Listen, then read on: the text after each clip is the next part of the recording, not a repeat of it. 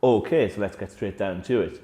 We're going to do today a video comparison of the DJI Osmo Pocket, the Fuji XF10 and the Pentax K-1.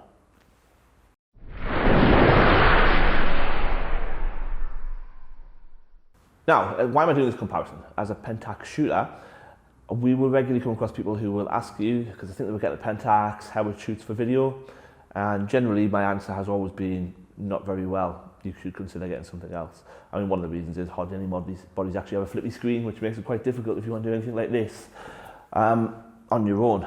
But anyway, I thought, rather than constantly just saying, no, it's not a great camera for video, I would do some comparisons with what the other cameras I've got.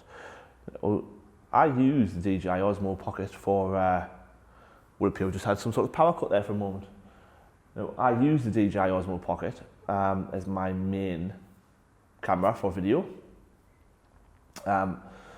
Very happy with it, does exactly what I wanted to do. It'll shoot in 4K. I generally film in 4K 25 frames per second. Don't always upload in that, but that's what I generally film in.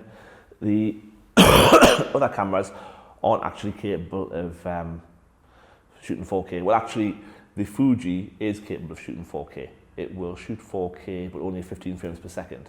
So in order to keep things as level as they possibly can be in this video, what I've done is I've set all three cameras to 1080, and they're set to, the Pentax camera is set to 25 frames per second, the Osmo is set to 25 frames per second, and the Fuji is set to 24 frames per second. So we should be able to compare them to one another without any major issues. Now, there's a couple of things that I suspect are going to happen here. All three cameras have face tracking and automatic focus continuous modes, and that's what they're all set to. So they should, in theory, just follow my face and keep my face in focus. Now, the Pentax, I don't even know if it is in focus. I've got no flippy screen or anything to be sure. In order to get the initial focus, I had to use the little trigger. So I suspect once it's acquired the focus, it is not going to track it, despite what the menu system implies. So as we go closer, I hear no movement whatsoever in the Pentax EF lens. So I suspect it is not tracking in any way. The Osmo, I know, is completely reliable. It always has been. As long as it's gone into focus tracking mode, which I haven't been able to set quite as easily as usual because of the fact I had to run around and turn two other cameras on. And the Fuji, because it's got such a wide lens on it, I would be very surprised if it couldn't keep up with at least halfway acceptable AF. But what I suspect the Fuji is going to fail on, because the lighting here is very mixed, and of course we've had the issue of a very temporary second power cut.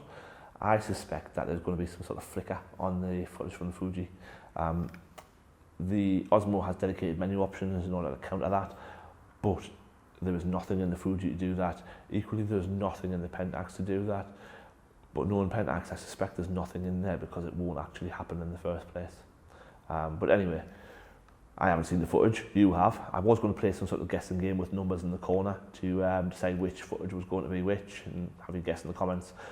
But I decided actually it would be more useful for you guys for a straightforward comparison if I simply just put a label somewhere on the screen of which footage was which. So I hope that's been useful to you. Speak soon.